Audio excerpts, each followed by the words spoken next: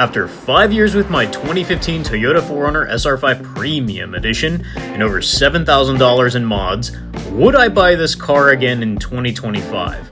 I've daily driven it, camped in it, modded it, and I've got some thoughts. Let's dive right in.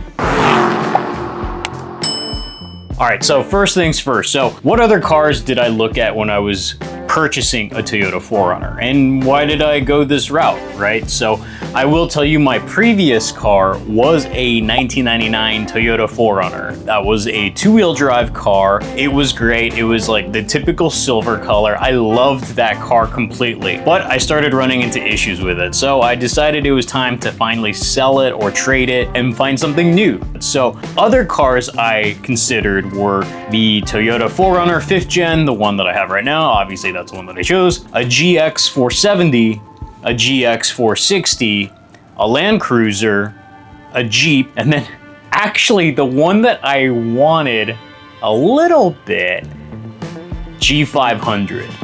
And we'll get to that in a second. So about my 3rd gen 4Runner, it was a great car. Honestly, it's still one of the favorites that I ever owned. And why? It's the size of that car. It's just a perfect size car. It's a compact SUV. It literally, I think, is smaller than some of the CUVs out there today. But it's a perfect body on frame, small like Toyota pickup truck basically that just fits everywhere. In the drivetrain, I think it was a 3.4 liter V6 cast iron engine.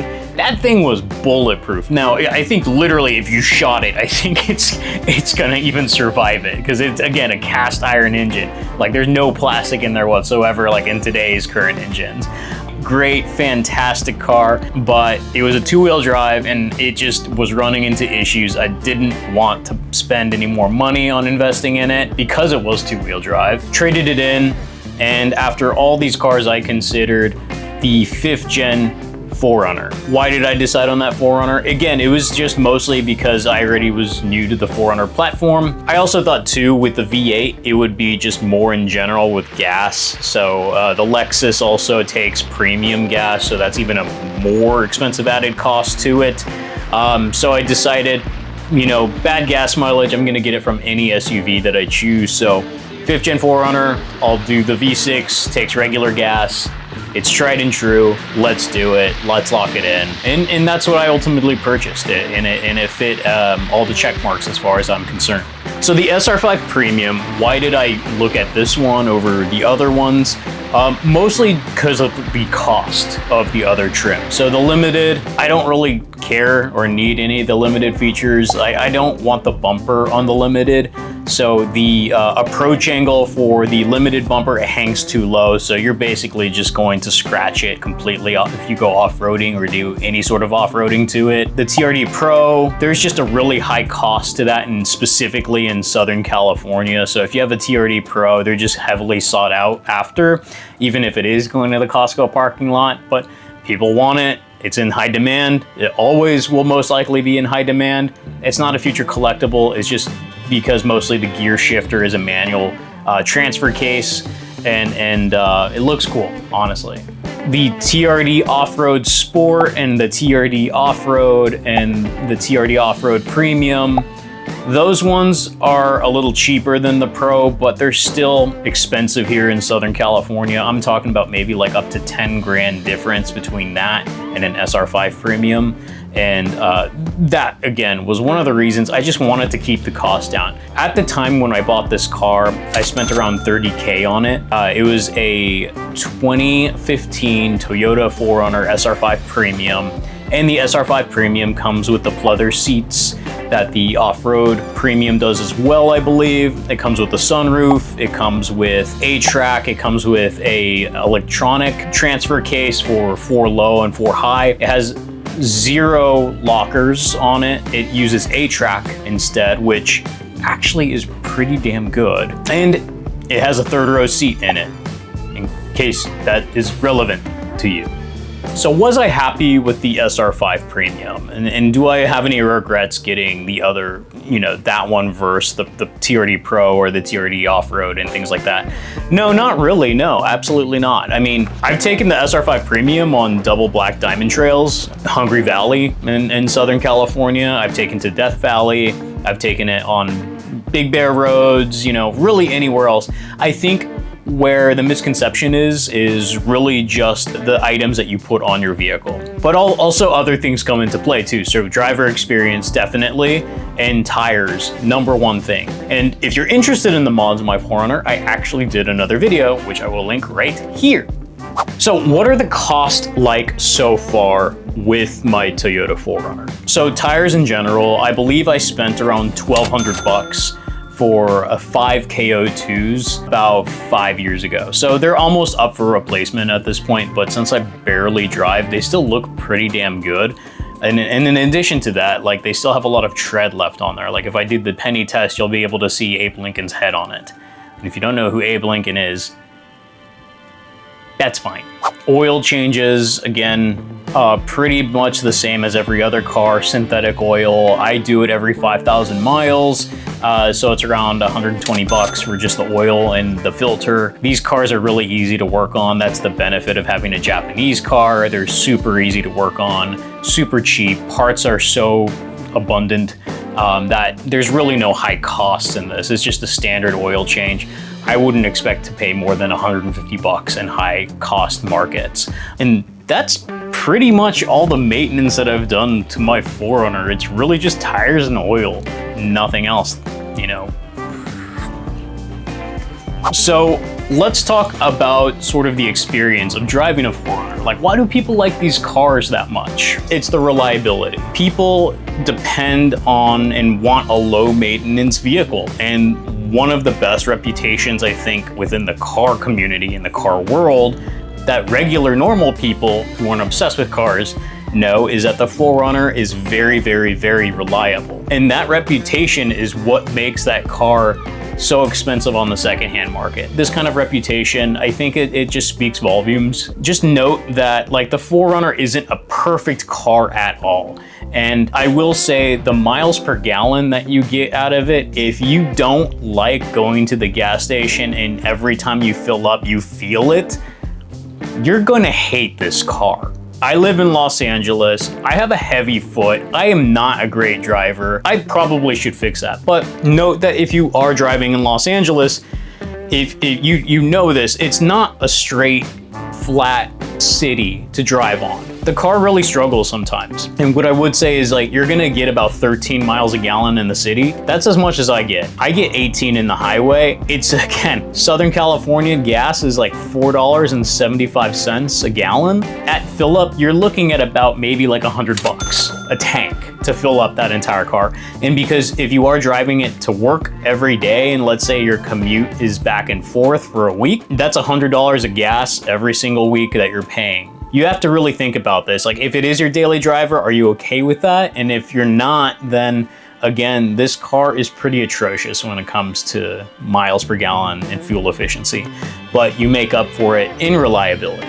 The transmission is another story for the 4Runner. So the transmission is really outdated. It's a 5-speed transmission. You really feel it when you're trying to either pass somebody on highway on-ramps or you're trying to just pass somebody at highway speeds. It's not a fast car. It's not meant to be a fast car. It's a very ancient transmission. It's a 5-speed. I really wish that they at least put one more gear in it at the time and made it 6-speed. I think it would have been a little bit more efficient. But, you know, I'm not Toyota, so the 5-speed really shows. I think, again, especially when you're in California, in like Denver, I bet too, where you do have inclines and you do have hills that you need to go over.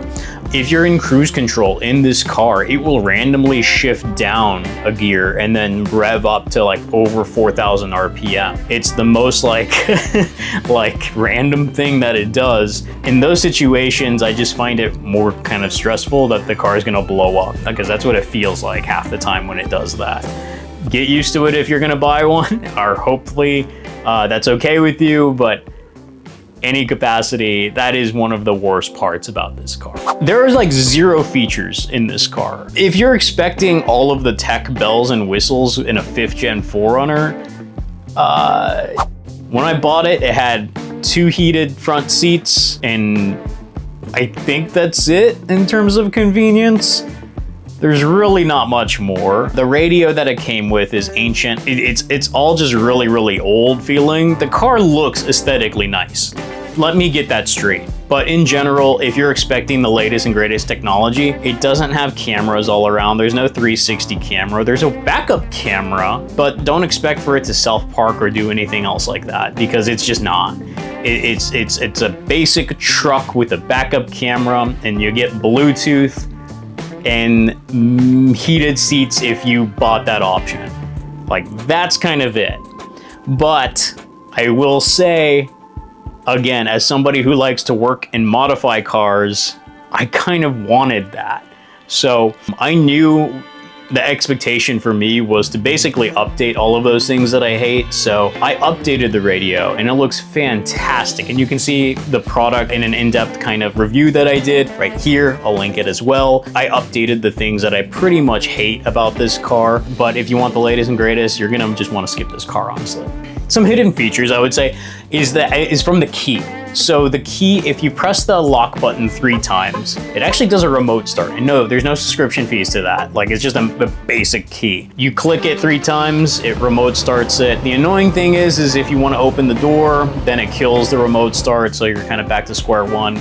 The other thing that the key does, in case you don't know this as well, is if you click it into the tailgate, because mine doesn't have the buttons, you turn it to the left, the window rolls down itself. You turn it to the right, the window rolls up itself. Nice, convenient little feature. Do I use it all the time? Absolutely not. Do I just use the tailgate for 99% of the time? Absolutely. But does it make me happy?